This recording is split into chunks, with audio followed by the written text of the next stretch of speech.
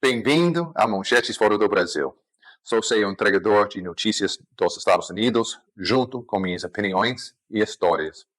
Tudo traduzido para você pelo meu gringo português. E vamos aprender um pouco de inglês. O tópico de hoje. O capitalismo produziu liberdade e esmagou a pobreza. O comunismo produziu pobreza e esmagou a liberdade.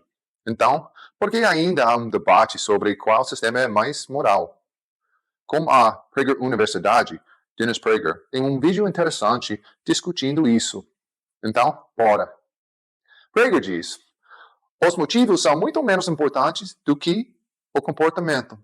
Todos nós sabemos disso. Se alguém tem boas intenções, mas trata mal as pessoas, essas boas intenções não significam nada. O capitalismo pode parecer menos nobre que o comunismo. O indivíduo busca o sucesso.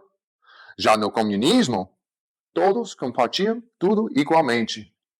Mas foi o capitalismo que produziu a liberdade e, sozinho, tirou milhões da pobreza, enquanto o comunismo manteve milhões empobrecidos e, sem exceção, esmagou a liberdade.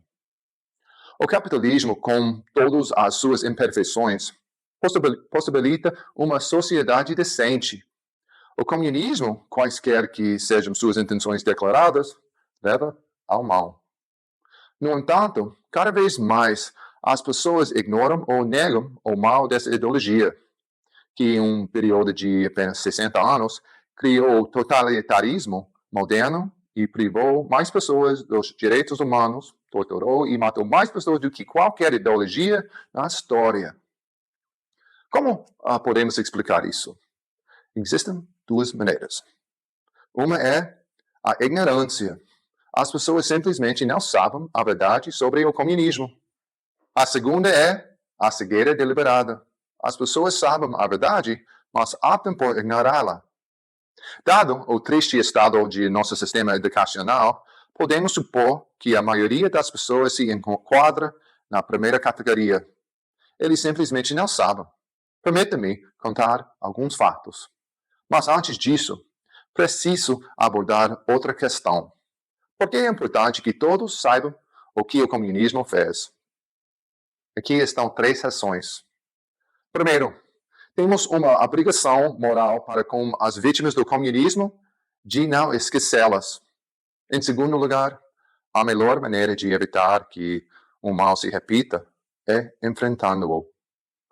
O fato de muitas pessoas hoje, especialmente os jovens, dizem o comunismo como uma opção viável, prova que eles não conhecem o histórico moral do comunismo.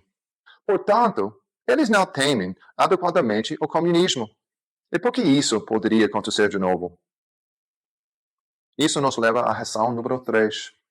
Os líderes dos regimes comunistas e o grande número de pessoas que ajudaram esses líderes a torturar, escravizar e assassinar eram quase todas pessoas normais.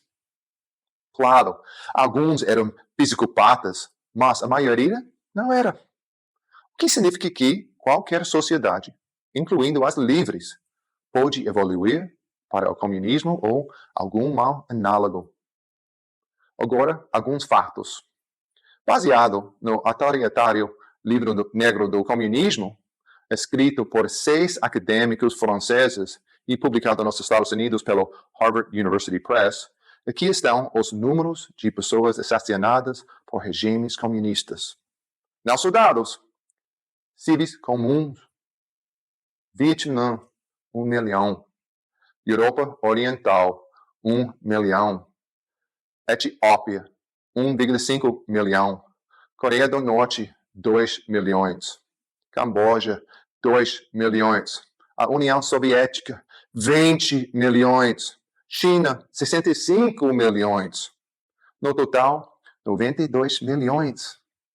E os números são conservadores. E claro, esses números não descrevem o sofrimento de centenas de milhões de pessoas que não foram assassinadas.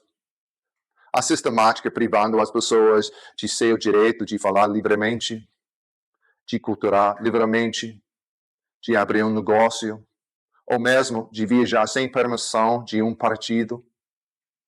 nenhum judiciário ou mídia que não seja comunista, a prisão de um grande número de pessoas e, claro, o trauma sofrido pelos milhões de amigos e parentes dos assassinados e presos.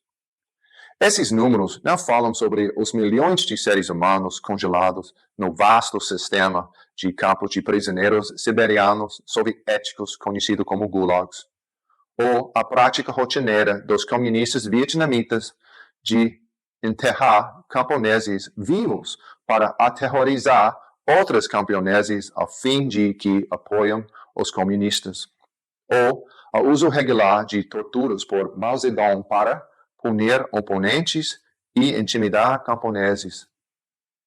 Se a sociedade quer derrotar o mal real deve ser confrontado. E aqueles que não confrontam o mal real, muitas vezes inventam males falsos, como racismo sistêmico, ou masculinidade tóxica, ou patriarcado, que são muito mais fáceis de enfrentar. Se você não acredita em Deus, aqui está uma maneira de colocar isso. Aqueles de vocês que amam as pessoas devem odiar o mal. Se você acredita em Deus, o livro dos Salmos afirma: aqueles de vocês que amam a Deus devem odiar o mal.